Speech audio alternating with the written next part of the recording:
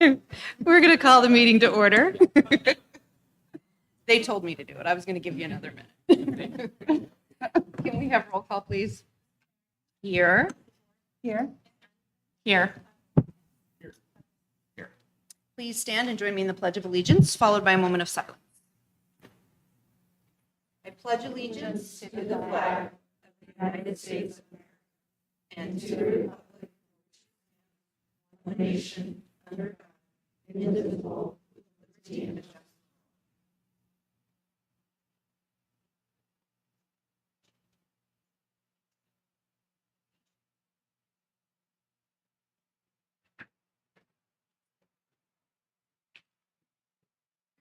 Okay, we have an agenda for the evening. Do I have a motion? Motion? Second. Any discussion? Been motioned and seconded. All those in favor? Aye.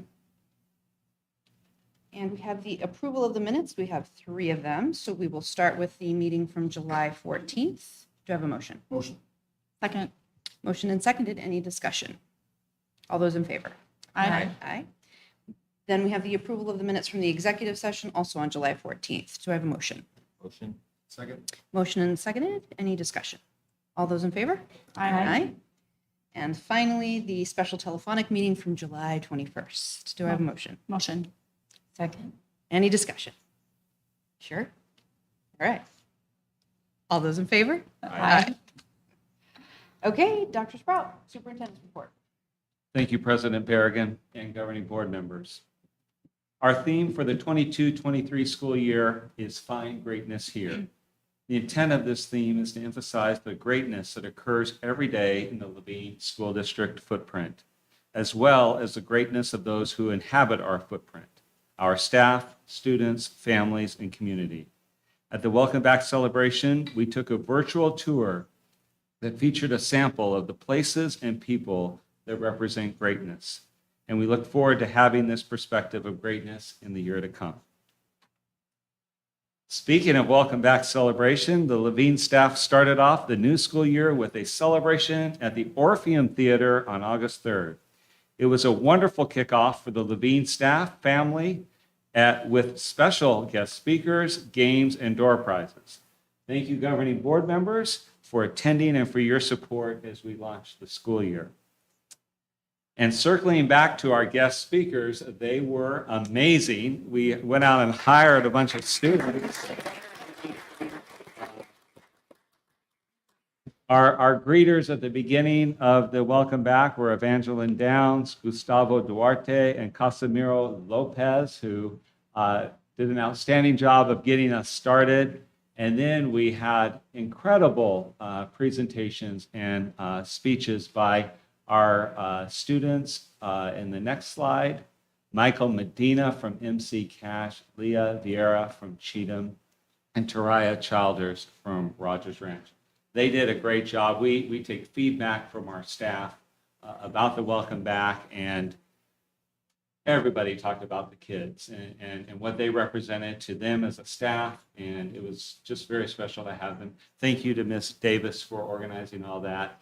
And it was a wonderful way to kick off the school year.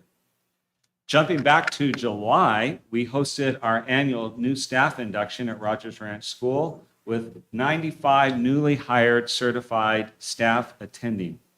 Our instructional coaches across the district did an outstanding job facilitating sessions on topics such as classroom management, curriculum resources, technology, and more. 97% of our new staff reported that they gained new ideas from their sessions, and this is in line with our commitment to give our new staff and all of our staff every level of support that we can so that they can do their jobs with excellence. Cheatham staff took a walk through their neighborhood last week to welcome families back to the new school year, knocking on doors to remind students that the first day to wake up and remind students, I think in many cases, right? It reminds students that the first day of school was coming and to encourage good attendance. Fox News covered the Cheatham Walk live in their 9 a.m. newscast, and you can watch the story from our Facebook page.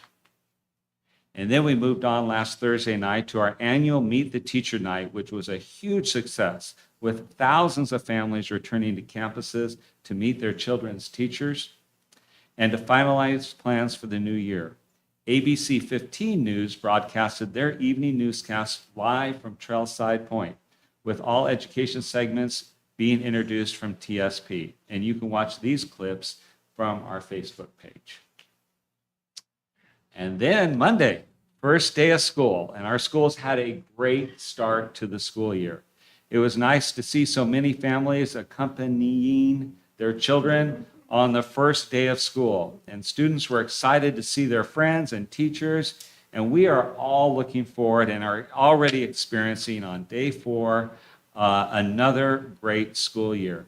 And Governing Board, I want you to know how thankful I am and to the entire Levine staff team. You could pick up and sense how everyone prepared for the beginning of this school year. Our staff is awesome, and we're just so excited to be back in action. So thank you to our Levine staff. We have a huge award to announce tonight, and that is the AMLE Award for Levine Elementary School. So congratulations to Levine School for being recognized as a school of distinction by the Association for Middle Level Education, or AMLE. AMLE Schools of Distinction program aims to celebrate schools that are committed to self-assessment and implementing the best practices of successful middle schools, to celebrate schools that support students in continuous improvement, and to celebrate the work that takes place in our middle schools. And I'm going to call some folks up here. So first of all, would like to thank our principal, Dr. Robert Kaplinger, if you would please come forward.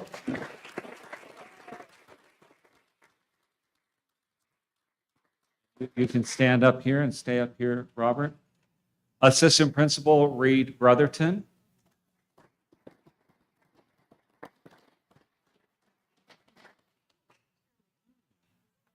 Who's taking attendance tonight? All right. And let's begin featuring our teachers. First of all, 6th grade teacher Logan Wassey.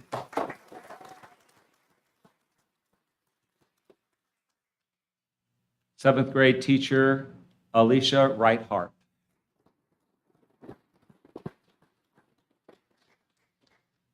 Eighth grade teacher Adrian Ruiz.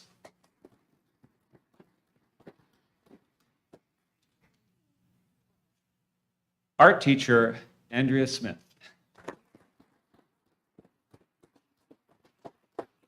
Special education teacher Leah Hall. And instructional coach Laura Erke.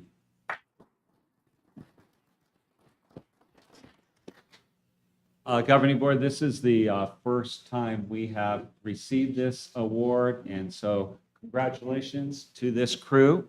And we're very proud of you and thank you for your impact on our students.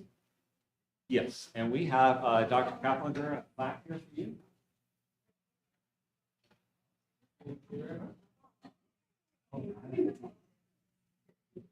So, President Garrett, sorry.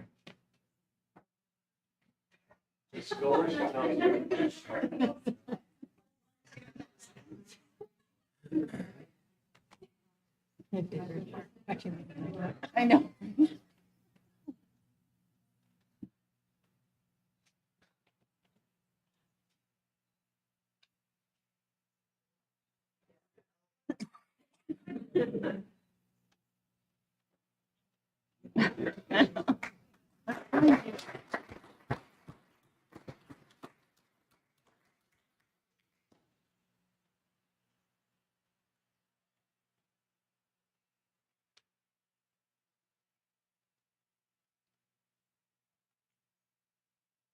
Well, if you've watched TV any time in the last decade, you probably recognize the gentleman on the right there. The husband and wife law team recognized Levine Developmental Preschool teacher Jonathan Klaus as their Teacher of the Month for August. Attorney Mark Breyer stopped by the school to present Mr. Klaus with a $250 check And Mr. Klaus's photo will also appear on 22 billboards across the valley. So I was joking that if parents drive by and their kids say, "Hey, I see my teacher," yeah, they really do see your teacher there on the freeway. But yeah, congratulations to Mr. Klaus. Let's give him a round.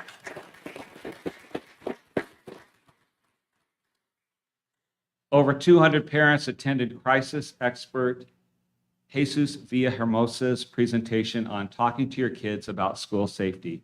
2 sessions were offered on July 28th. Feedback from this presentation was excellent, with many parents saying how much they valued the tips and appreciated this opportunity. Last week, Communications Coordinator Kristen Landry also visited every school's staff to present a safety training. Information covered included best practices on keeping intruders out and steps to take during a lockdown or crisis scenario. We have also developed coverage for the school safety officers that will be covering our district each day. And tonight, we will be recommending a new position, Safety and Security Coordinator, to you, a position that will oversee safety and security in the school district. So that's your safety and security update. And thank you, Ms. Landry, for all your organization on that, and our safety and security team as well. And that concludes the superintendent's report. Very good. Thank you, Dr. Sprout. Lots of celebrations already. That's a Yeah. great start to the year. That's right. Okay, we have a child and nutrition update. Can't wait. Come on up.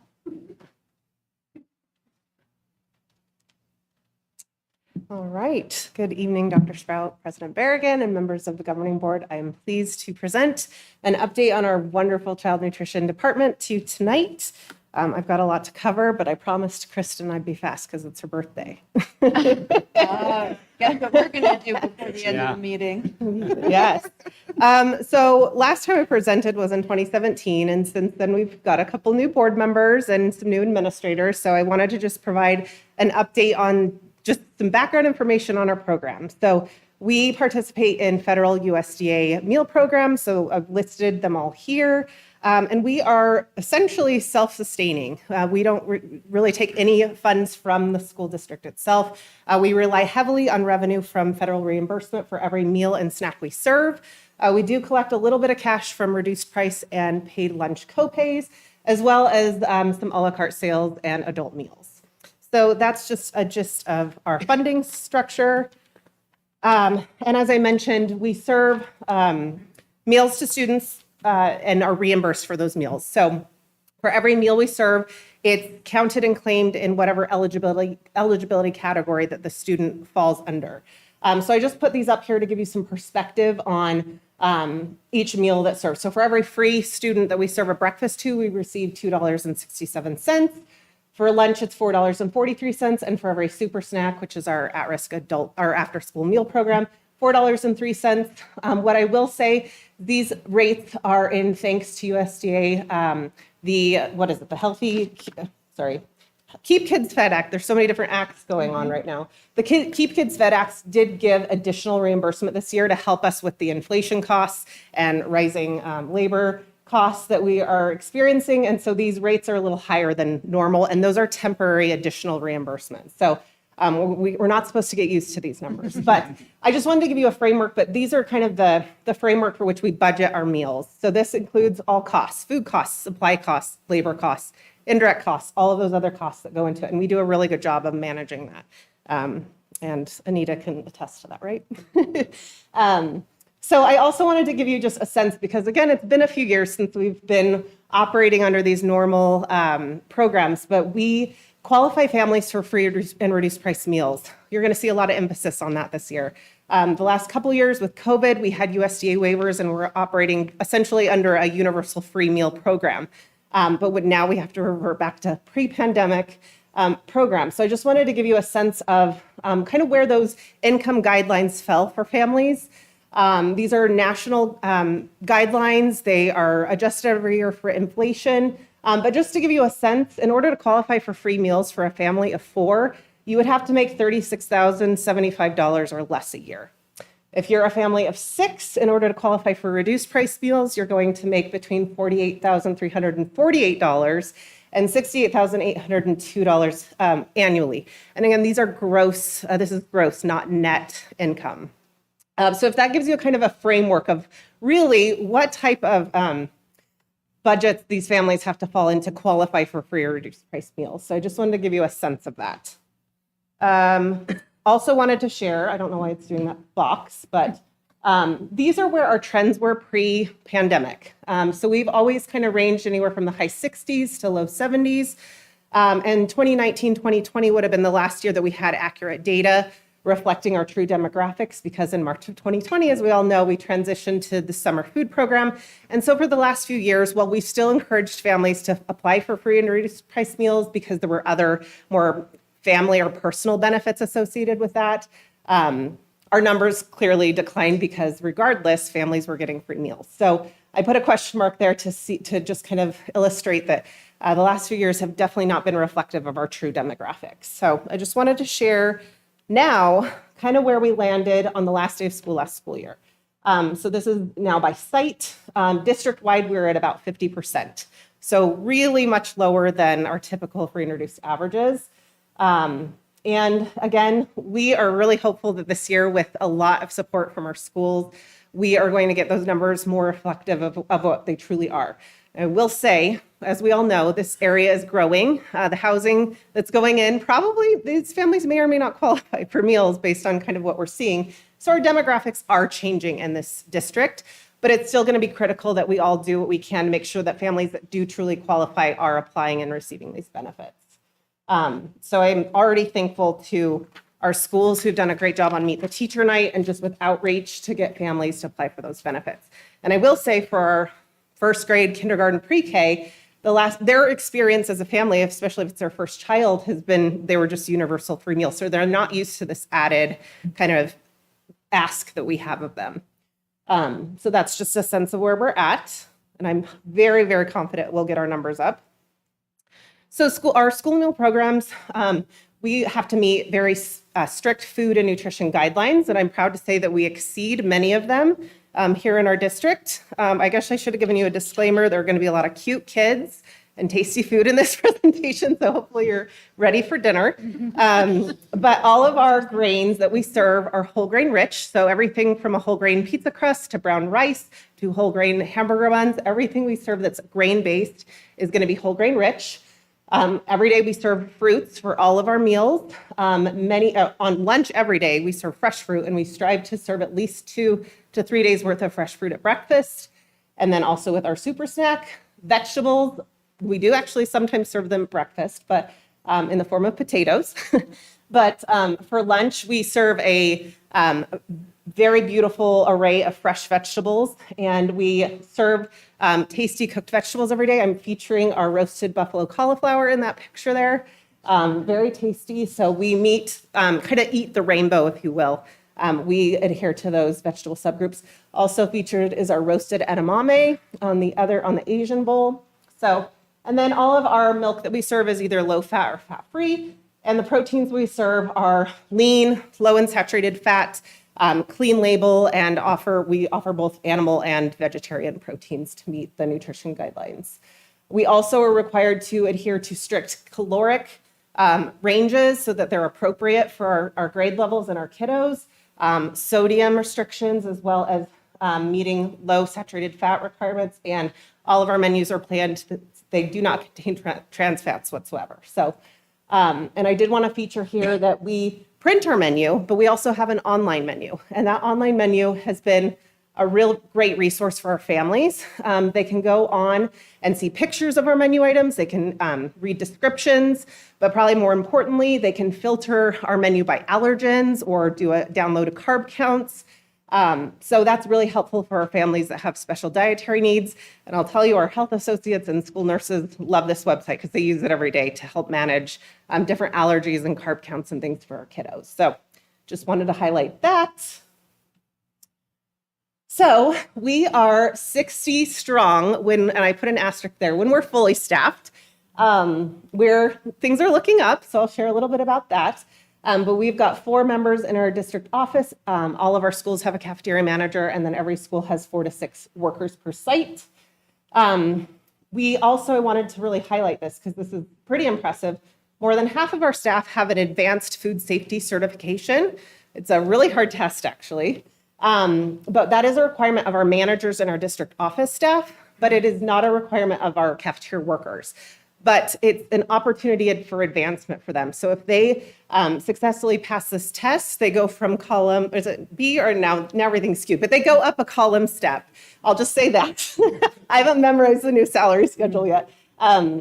They go up a column step if they can successfully pass that step. And we have 24 of our current cafeteria workers that have obtained that advanced food safety certification, which I think is also reflective of our health inspections. We have flawless A-rated health inspections every time that we get inspected by the health department. So, and then I also like to highlight we're pretty involved with our professional organization, which is the School Nutrition Association.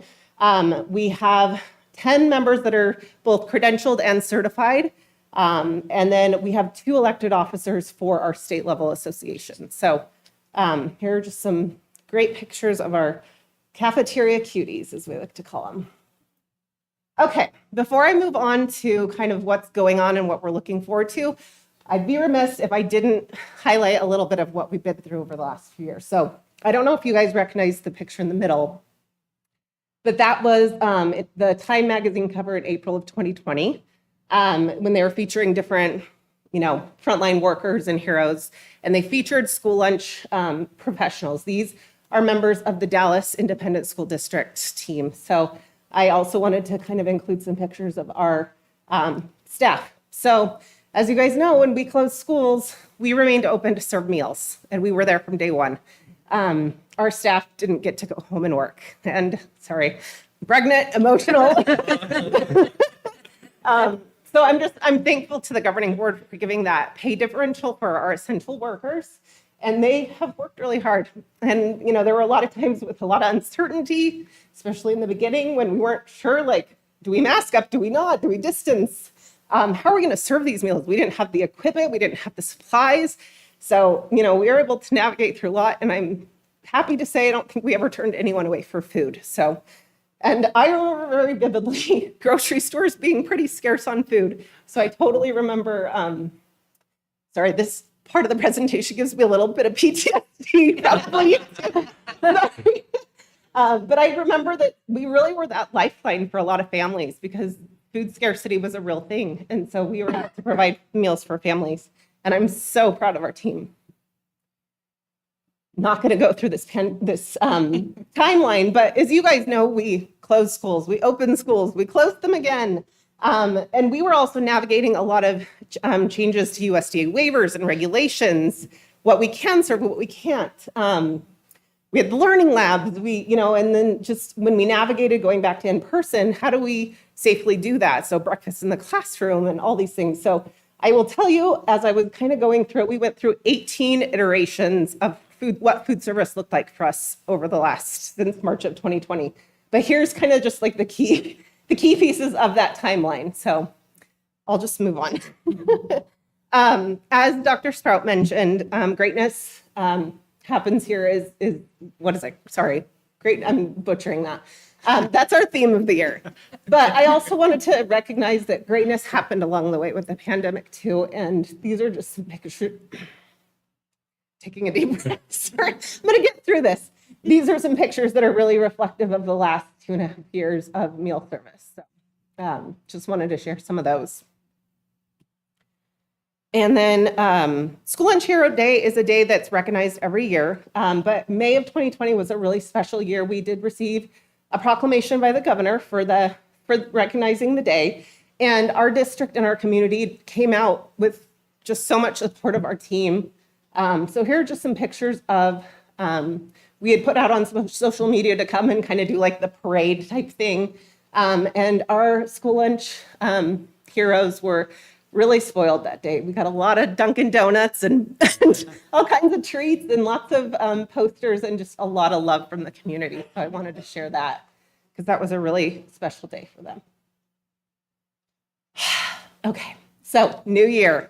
Transitions. So if you don't know, like I mentioned, we were operating under a lot of waivers that allowed us to do things we'd never, ever been able to do before. And all those waivers expired on June 30th. So we have been getting our mind wrapped around about what things were like pre-pandemic. And so a big transition, of course, is going from universal free meals to going back to collecting meal applications, counting and claiming them by their eligibility status.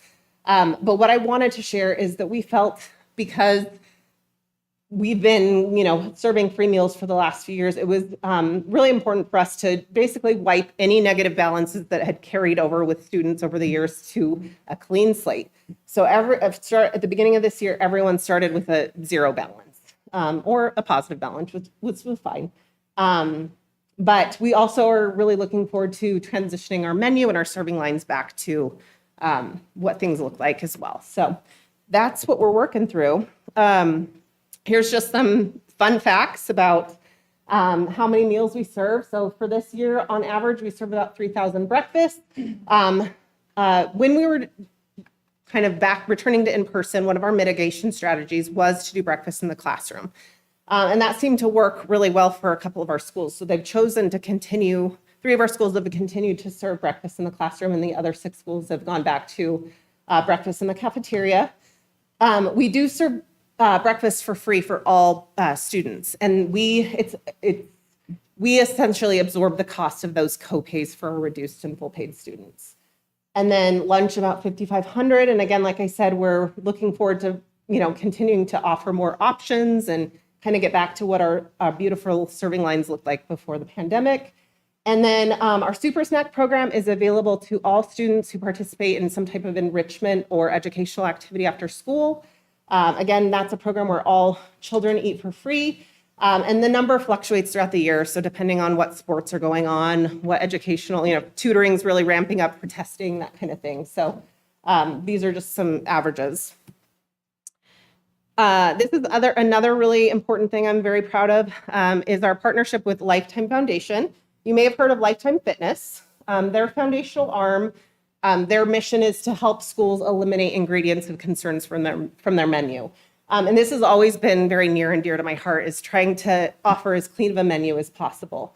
And so when we found them and partnered, it was really just magic in the making. They provided us $80,000 to help us eliminate ingredients of concern. So those are things like processed sugars, artificial flavors and colors, things like that. And so what we felt we could really utilize support with was culinary training, because a lot of our team, they're just maybe moms who like to cook at home, or maybe have worked in food service before, but they don't technically have that culinary basis to help us really, integrate more scratch cooking. So we have partnered with a chef. His name's Chef Kent. He's a former food service director and trained chef. So he has that perspective and kind of understands kind of the different regulations and the budgets that we work with. And so we have done 2 in-person trainings so far.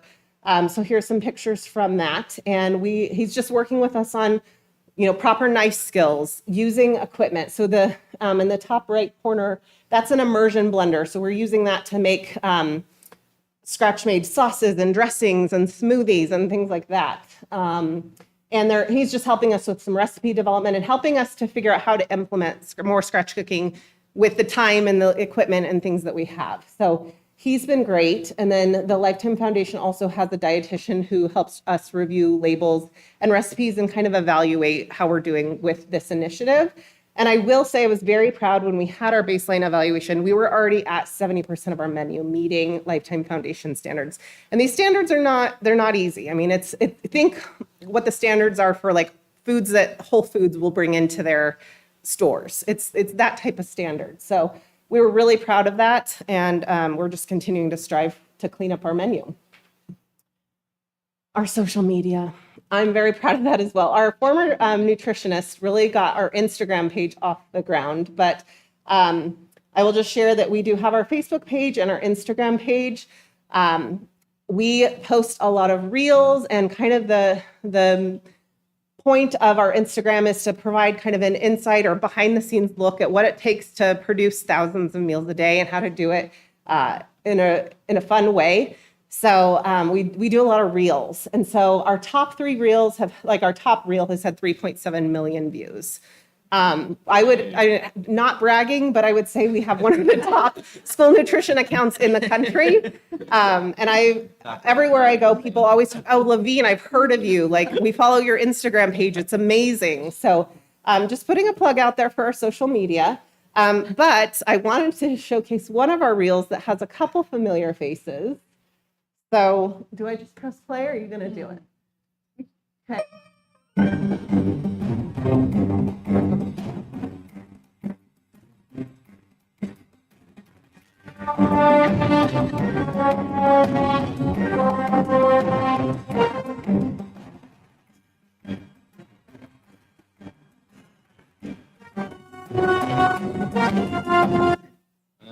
So reels, if you're not familiar, just really quick 30 or so second clips that just provide a lot of information and action at once. So this one, 3 million? Was this your 3 million? this is not one of, no, surprisingly no. But what I will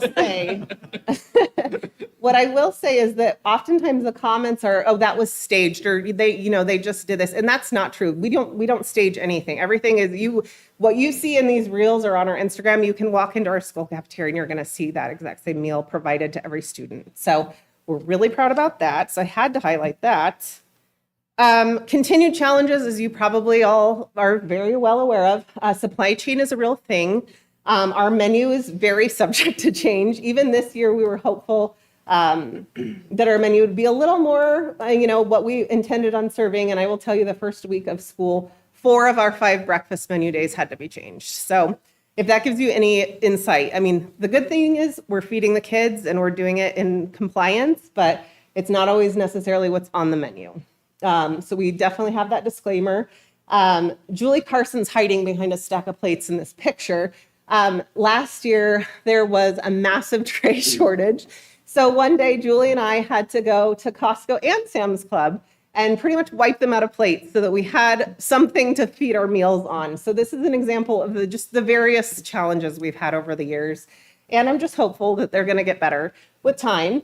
I'm very hopeful for that. Staffing's also been a major challenge.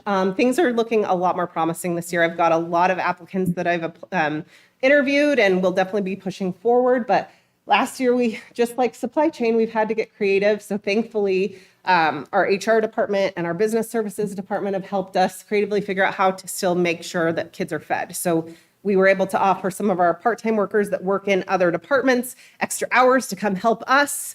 We were able to give some of our own part-time workers extra hours as well. So we've been managing, and I'm just, again, really proud of the job that they've done. Because, again, a lot of these pictures that you're seeing are in the midst of everything going on. And so they still look beautiful, and our kids are still being fed really high-quality, nutritious meals. So what's next? Again, like I mentioned, our main focus is really just trying to get our free and reduced percentages really reflective of what they should be in our community. Navigating back to pre-pandemic operations and then continued partnership with Lifetime Foundation. Again, as staffing is improving, we're hoping to quickly, transition to some of those quick recipes that we've had to kind of hold off on, and then sourcing some of those cleaner label products that we've had a hard time getting because of supply chain. So those are our focuses for this year. And just quickly, just in case you kind of keep up on anything related to legislation, USDA, we are still operating under the Healthy Hunger Free Kids Act of 2010. Child nutrition programs are supposed to be reauthorized every 5 years. So we are 7 years late at this point. The House did introduce the Healthy Meals, Healthy Kids Act in July. And from what I understand, that's still being kind of marked up and reviewed. I'm not quite sure where we're at with it, but it did propose additional funding and reimbursement in commodities. So that's promising, and just making it easier for families to have more access to free or reduced price meals. So those are all really promising things. So we'll see what comes of that.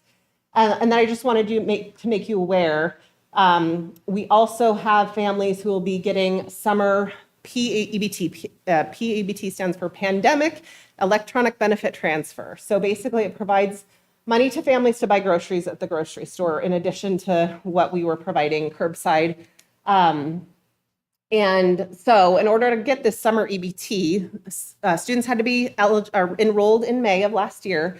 And then they also had to be either approved for free or reduced price meals last year or approved this year by July 30th in order to meet the cutoff to get this, to receive this benefit. And every eligible child will receive $391 that's issued on a PEBT card in late October. So right in time for hosting Thanksgiving, right? So just, if you get questions about that or want to know what that's about, this certainly was a nice incentive for families to get those free and reduced applications submitted if they wanted to qualify for these benefits. And so I just wanted to make you aware of that.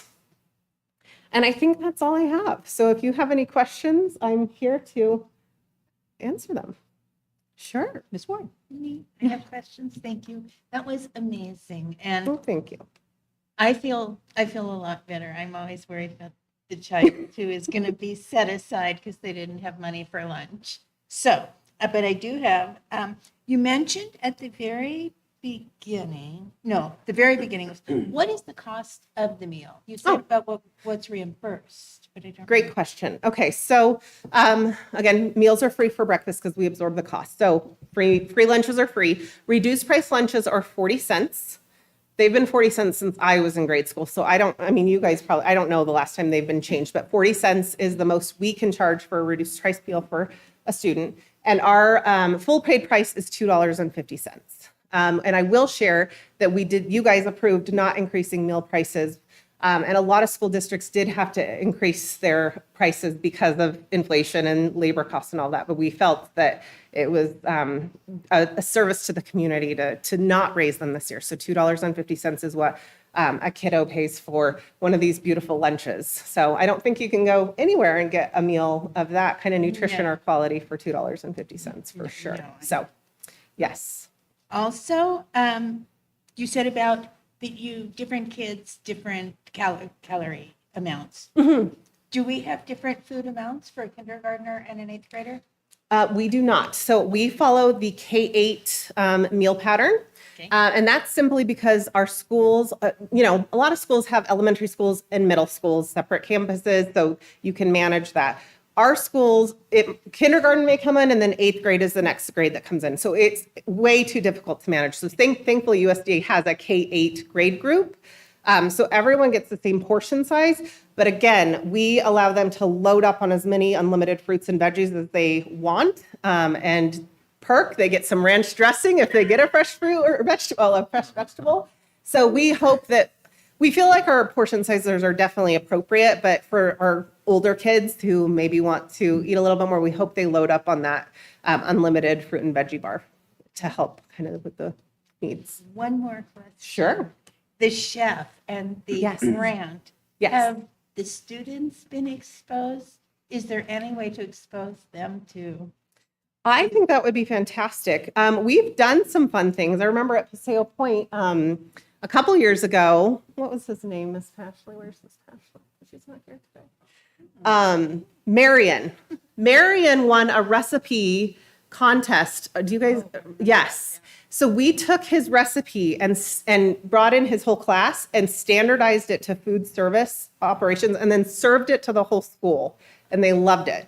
So we've done things like that. I think it would be great to have the chef involved now that I feel like we could probably manage that. The chef is coming back out in November again this year to help us just kind of brush up on our skills, especially that our hope is to integrate some of those scratch recipes. So it might be a great opportunity to have some of the kiddos involved. So sure. And maybe some of the grandparents. Grandparents, yes. Superintendents, whoever, yeah. Yeah, absolutely. Thank you for all you guys do. Oh, You sure. really kept the community fed during a really scary time. Thank you. Yeah. Thanks.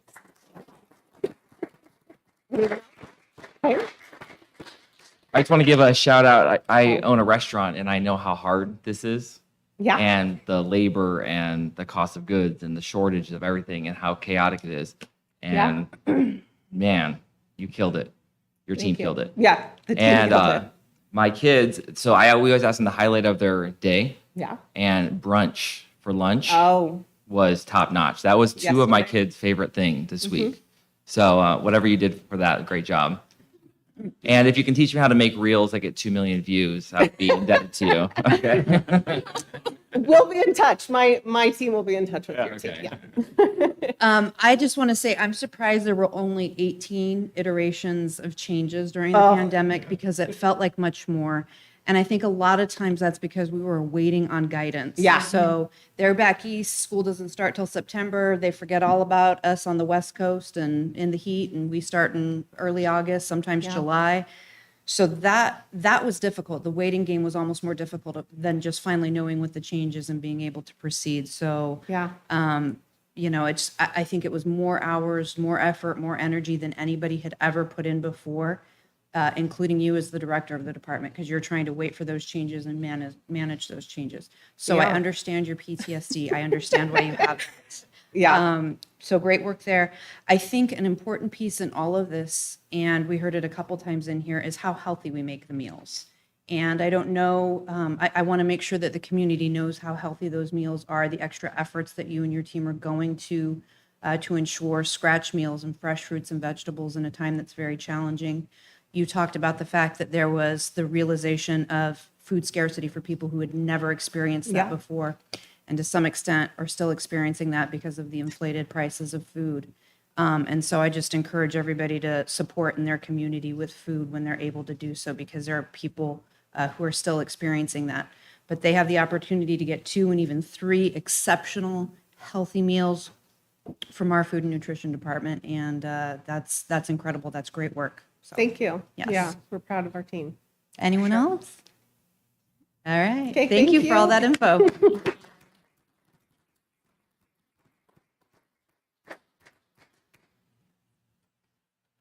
Okay, we have a consent agenda. Do I have a motion? Second. Sorry, did someone say second? I said second. Okay. Motion and seconded. Any discussion? All those in favor? Aye. Aye. And next is the 2023 District Capital Plan submittal for School Facilities Board. Do I have a motion? Motion. Second. It's been motioned and seconded. Any discussion? All those in favor? Aye. Next is the new Safety and Security Coordinator position. Ms. Landry has done a wonderful job in the interim, so they get to walk into a very lovely situation that's already been very well established. Do you have any other information you wanted to add to this one, Dr. Sprout? This came out of our Safety and Security Committee over the summer. The position will help monitor and lead in our operation plans based on, or emergency operation plans for our school and our district sites, including emergency response. It will oversee staff training for students and staff and parents, as well as another key aspect is accident prevention.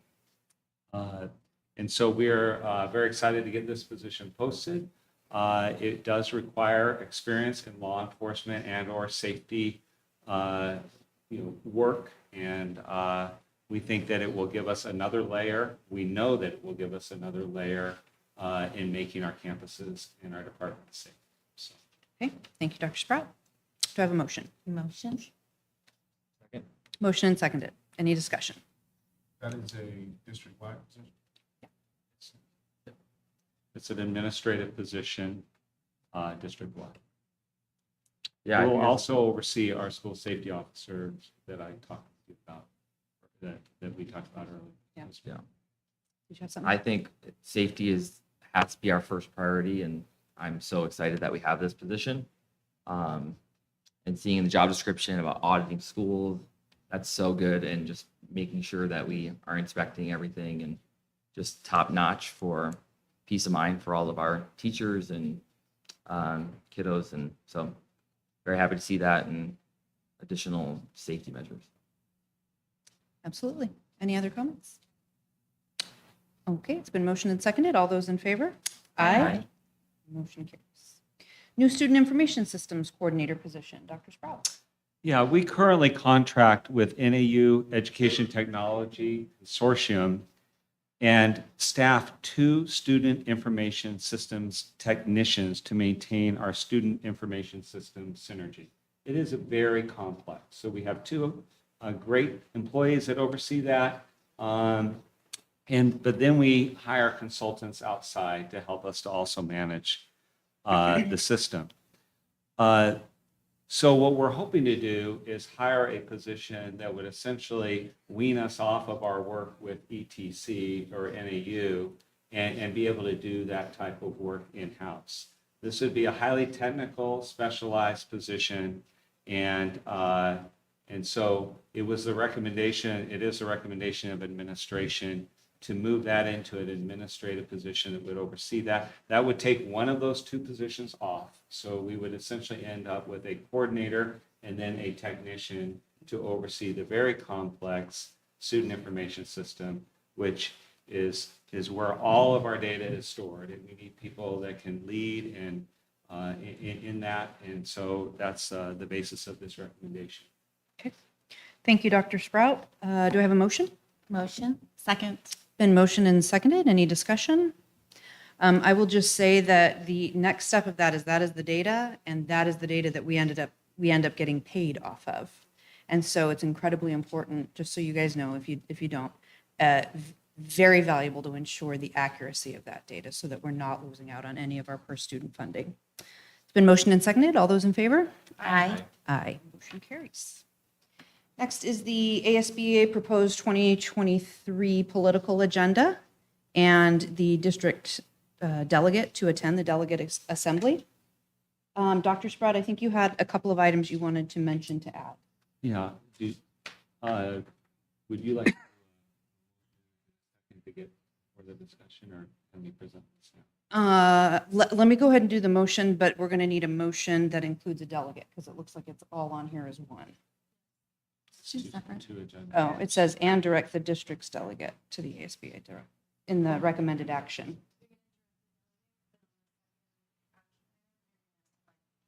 Got it. So we'll just motion for the political agenda at this point. Do I have a motion? Motion. Second. Motion and seconded. Dr. Sprout.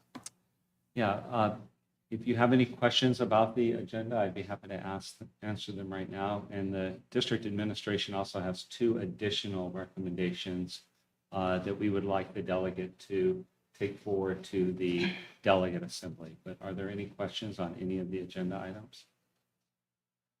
Then allow me to please give you some two proposals that we would like the delegate to take forward. And I'll give you some background. The first one we're calling a building renewal small project funding that we would like the state to do. The school facility board currently requires for any what we're calling small projects, such as a water heater or an air conditioning compressor, to go through an entire application process that can take weeks, if not months, to actually realize that funding. And so what we are proposing is that the state give every district a per pupil small project funding so that we can take care of everything in-house and not have to go to the school facilities oversight board. So that would be our first recommendation. The second recommendation, right now, M&O override periods are for 5 years. And then if you don't renew your override, you have 2 years of, reduced funding, and then you don't receive your override any longer. We would like the legislature to increase the full funding of overrides, M&O overrides, to 7 to 10 years, which would create more stability for us, but it would also prevent expensive elections as well for our state and our community. So those are the two recommendations. And we will give those to the delegate if the governing board so approves those. Okay. Very good. Any discussion on the recommended additions to the agenda? I think those are very wise, very thoughtful, and I appreciate you guys including those. We have a motion and a second. All those in favor? Aye. Aye. Motion carries. Now we can select a delegate. I think Dr. Centers is excited to sit in a chair for 8 hours a day. No, negative. Not Dr. Centers. Does anybody have anyone they would like to nominate? I would like to nominate Dr. Watkins. I'm there. Okay. And I think we need usually we assign a backup delegate, correct? Anybody want to recommend a backup? I would like to nominate Michelle. In other words, Fern would not like to attend. Busy that? No. I don't mind at all. Okay, do you guys accept those nominations before we do a vote? Okay. All right, it has been motioned for Dr. Watkins to represent the board at the delegate assembly and for Michelle to be the backup delegate. All those in favor? Aye. Aye. Oh, I do. oh, did we do a second? No. I'll be second. Okay, consider Dr. Sutton. You can't go rogue. I'm there. You can't what? You can't go rogue. He's not going to go rogue. The one time I went, it only ended up a half day, so you may get lucky. Last year was. Okay, good. Okay, very good. Any final comments from the board? Hey, it was great first week. I loved seeing the welcome back and the 95 new teachers. You guys welcome. I'm so excited for you guys. Hopefully you're getting used to parent pickup and in the seat. So yeah, grateful for you guys. And also shout out to Kim Tier. I went to see the preschool at Desert Meadows and it was awesome. You and your team did a great job getting that ready for our community. So good job.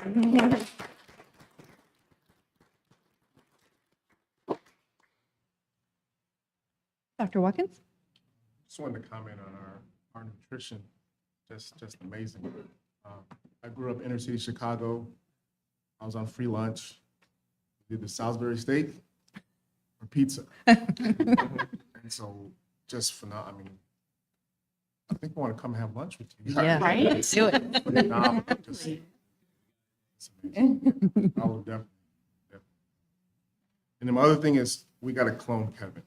We have to clone Kevin. That's all I got to say. Kevin was like, what are you doing to me? Clone. We want two. Thank you, Dr. Watkins. Ms. Anderson?